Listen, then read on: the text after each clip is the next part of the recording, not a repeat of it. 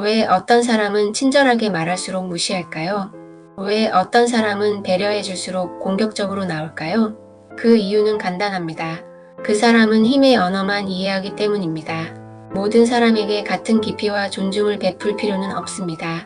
사람의 의식 수준, 감정, 수용력에 따라 말투, 접근 방식, 전략도 달라져야 합니다. 당신은 원래 이렇게 생각했죠. 왜 그 사람이 그렇게 행동했을까?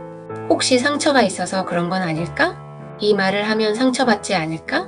이것은 상호 존중과 공감이 전제된 관계에서 유효한 방식입니다. 하지만 어떤 사람에게는 통하지 않습니다. 권위에만 반응하고 자기를 돌아보지 않고 상대 감정에 공감하지 못하는 사람들. 이들은 힘에만 반응하고 배려는 약자의 언어로 해석합니다. 당신이 조심스럽고 예의 바르게 말하면 이렇게 받아들입니다. 얘는 나보다 아래네. 괜히 복잡하게 구네. 귀찮아 시키는 대로만 하지.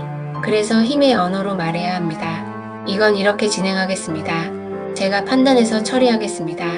확인해 주셔야 진행됩니다. 지금 이 방향은 비효율적입니다. 노 감정, 노 배려, 노 조심스러움, 명확한 경계, 위계적 어조, 단정적인 말투. 이들의 의식 구조는 이렇게 작동합니다. 힘 있는 사람은 곧 존중해야 할 사람, 힘 없는 사람은 곧 무시해도 되는 사람. 이 구조를 모르면 당신의 배려는 계속 왜곡되고 소비됩니다. 혹시 이 방향이 더 나을까요? 저는 이건 이렇게 하겠습니다. 제가 걱정돼서요는 이건 제가 결정한 사안입니다. 그 의도가 아니셨다면 이해합니다. 맞는 그 표현은 부적절했고 수정이 필요합니다로 바꿔야 합니다. 모두에게 마음을 쓰면 상처받고 모두에게 힘을 쓰면 고립됩니다. 누구에게 마음을 쓰고 누구에게 경계를 세워야 하는지 구분해야 합니다. 당신은 협조하려 했지만 그들은 그걸 간섭으로 받아들이고 공격적으로 방어합니다. 감정은 통하지 않습니다.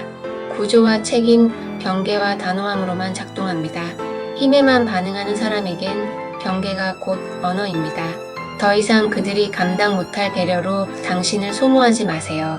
감정보다 태도가 먼저고 말보다 경계가 먼저입니다. 존중은 힘을 쓴 사람에게 돌아오는 대우입니다. 어떤 관계든 에너지는 질서를 만듭니다. 당신이 질서를 세우지 않으면 상대의 미성숙함이 당신을 지배하게 됩니다. 이제는 당신이 말하세요. 이건 여기까지입니다. 그 경계 하나가 당신의 세계를 바꿉니다.